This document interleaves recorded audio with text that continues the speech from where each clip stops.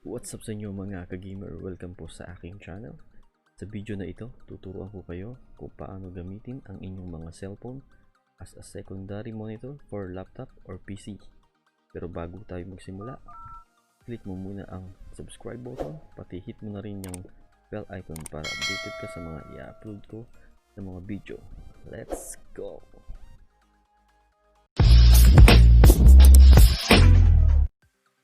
First step po, punta po tayo sa ating browser, Opera Mini, sa Google, type lang po natin, Spacedesk Beta. Yan, ang unang website po na makikita natin. Yan, click lang po natin.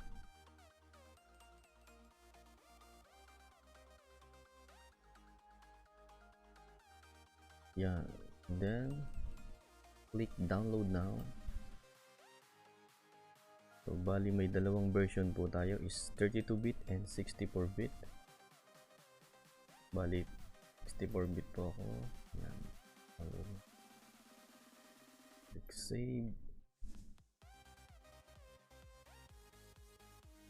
Yan lang natin matapos ang download.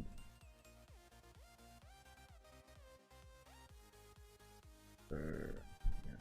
Install na po natin.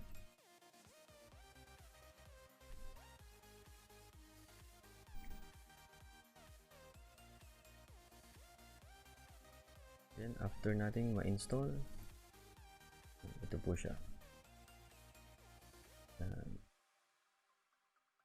Para naman sa ating mga cellphone, punta po tayo sa Google Play Store.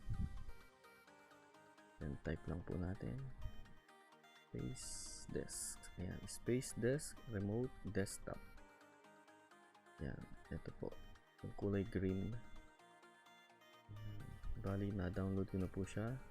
Yan po, i-download nyo lang po yan. Ilalagay ko na lang po yung mga links sa description sa baba. And then, open lang po natin. Bali, pag na-download nyo na po ang mga apps na gagamitin, is open lang po natin yung Spacedesk sa PC. And, yung sa cellphone. Make sure po na isang connection lang po kayo ng PC nyo at ng cellphone. Ayan, bali automatic na po siyang madidetect ng yung cellphone. I-click lang po natin. And matic. Bali automatic na po siyang magko-connect.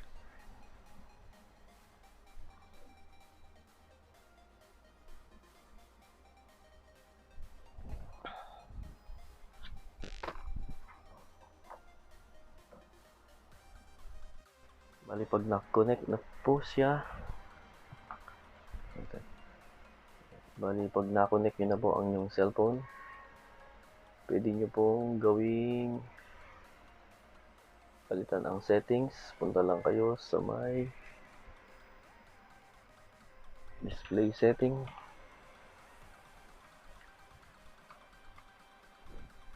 Display settings. Bali yan. Pwede nyo po siyang kung saan nyo gustong ipwesto ang yung monitor or yung secondary monitor. Yung sa gilid, sa baba. Lagyan na lang natin sa baba. Yan. Kasi nasa baba siya. Then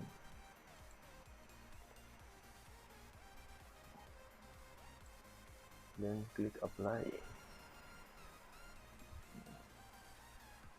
Tapos dito naman sa may multiple display, kung gusto nyo gawing extend displays or duplicate display.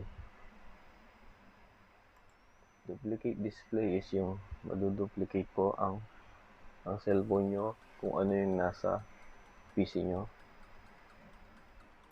At yung extend display, yun yung magiging ano siya, second monitor. Example, magbubox tayo ng apps, Opera Mini. Yan. I-drag natin yung ito, pababa, kasi na-setting natin sa baba. Ayan. Pwede siyang i-drag. Halimbawa, nagla-live stream kayo, gusto niyo makita kung sino mga nagme-message sa live stream nyo. Yan. Napakalaking tulong po.